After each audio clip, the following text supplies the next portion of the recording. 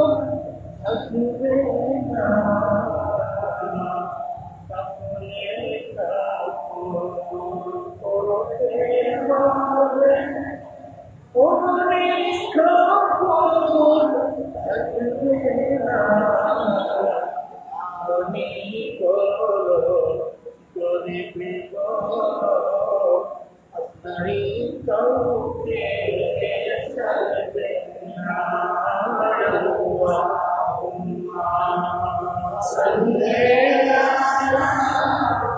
سيدنا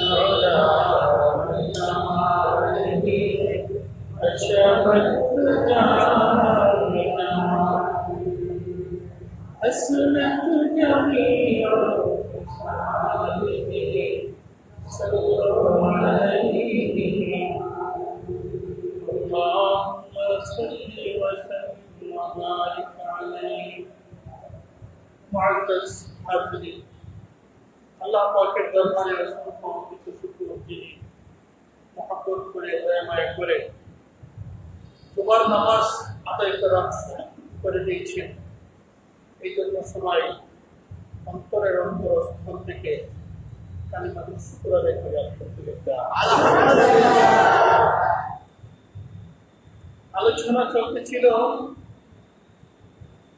ওয়াদা এবং আমানত সম্পর্কে। আল্লাহ রাব্বুল আলামিন পবিত্র কোরআনের মধ্যে মুমিনদের গুণাবলী বর্ণনা করতে চাইয়া বলতেছেন, প্রকৃত মুমিন তারা যারা স্বীয় ওয়াদা পালন করে এবং আমানতের হেফাজত করে। আমানত ওয়াদা সম্পর্কে গতকাল আলোচনা গেছে। ওয়াদা সম্পর্কে ওয়াদা ভঙ্গ করলে মুনাফিক, আর মুনাফিকের পরিণাম হলো ওয়াদা ভঙ্গ করা কবিরা গুনাহ, আর মুনাফিকের পরিণাম তাদের শেষ ঠিকানা হবে জাহান্নামের একেবারে সবচেয়ে নিকৃষ্টতম স্থানে। আমরা ওয়াদা ভঙ্গ করি, এটা যে এত বড় অপরাধ আমরা কি করি না, এটা খেয়াল করি। অথচ কত ওয়াদা করি, কত ওয়াদা ভঙ্গ করি। আমরা মনে করি যে নামাজ, রোজা, হজ, যাকাত ওইগুলো কিন্তু বড় বড় বিষয় না। এই যে ছোটখাটো কিছু বিষয় যেগুলো আমরা এটা মানে দুর্বল মনে করি না, আল্লাহর কাছে অত্যন্ত গুরুত্বপূর্ণ ওয়াদা রক্ষা করা। আর ওয়াদা ভঙ্গ করলে কবিরা গুনাহ। এরপরে বলতেছেন আমানত, আমানতের হেফাজত করা, আমানত রক্ষা করা। আমানত বিভিন্ন রকম হতে পারে, ধন সম্পদ, টাকা পয়সা আমানত, মাল দৌলত, এগুলোর আমানত। দ্বিতীয়ত মানুষের আমানত। তৃতীয়ত কথার আমানত। টাকা পয়সা যে আপনার কাছে দিলাম, কত টাকা আপনি জমা রাখবেন আমানত হিসেবে, আমি চাইলে আপনি দিয়ে দিবেন, এটা হচ্ছে টাকা পয়সার আমানত। ধন দৌলত যদি আপনার আইনকে দেওয়া হয়, আপনার অধীনে থাকে, যেমন আপনার গুণের সম্পদটা ভাইয়ের কাছে থাকে আমানত হিসাবে। বাপ মারা যাওয়ার পরে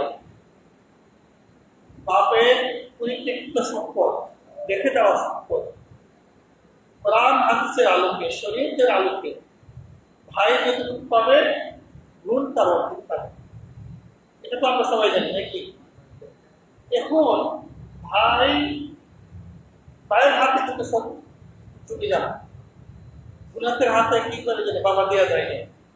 বাবা মারা যাওয়ার পরে এখন ওদের ওই অংশটা কার হাতে? ভাইদের হাতে। আমানত সঠিকভাবে তাদের অংশটা দিয়ে দিলে আমানতের রক্ষা করা হইলো, আমানত হেফাজত হইল। আর কলা কৌশলে যদি এটা আত্মসাৎ করে তাহলে আমানতের জ্ঞানত হলো। আর আমানতের জ্ঞানত কবিরা গুনাহ, আর আমানতের জ্ঞানত মুনাফিক। আর সেই মুনাফিক নাম্বার ভাইয়ের ঠিকানা হবে সবচেয়ে নিকৃষ্ট জাহান্নামে। এখন আসেনি যে বোনের সম্পদ আত্মসাৎ করে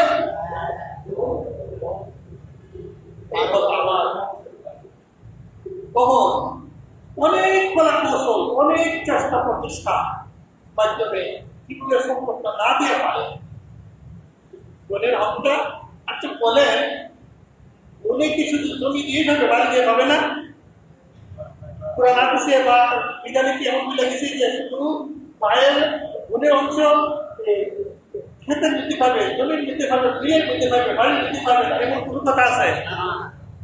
বাবার রেখে যাওয়া পরিত্যক্ত সমষ্টিগত সম্পদ, এবার বাড়ি, জমি, খাল, বিল, নদী, নালা, এবং এমনকি বাবার যদি একটা 50 লাখ টাকার একটা প্রাইভেট কার থাকে, বাবার যদি একটা শহরে বাড়ি থাকে, বাবার যদি একটা ঢাকা প্লট থাকে, সব প্রত্যেকটা সম্পদের থেকে বায়ের অর্ধেক তুলে থাকে। আমরা কি করি? কোন রকম জমি এখন বাড়ির দাম কত, জমির দাম কত? বাড়ির দাম 10 লক্ষ টাকা শত, জমির দাম একটা, জমির দাম 10 লক্ষ। আপনি আছে কি নাই? জমি দেখা গেছে। যদি তাদের মনে এটা দাবি না আসে, কাল হাসুর মাঠে পুঙ্খানো পাই টু পাই আল্লাহ কাজ করে তাদেরকে দিতে হবে। কথা বলে ঠিক কিনা? এই ওয়াজ সচরাচর পাবেন না আমাদের ভাই।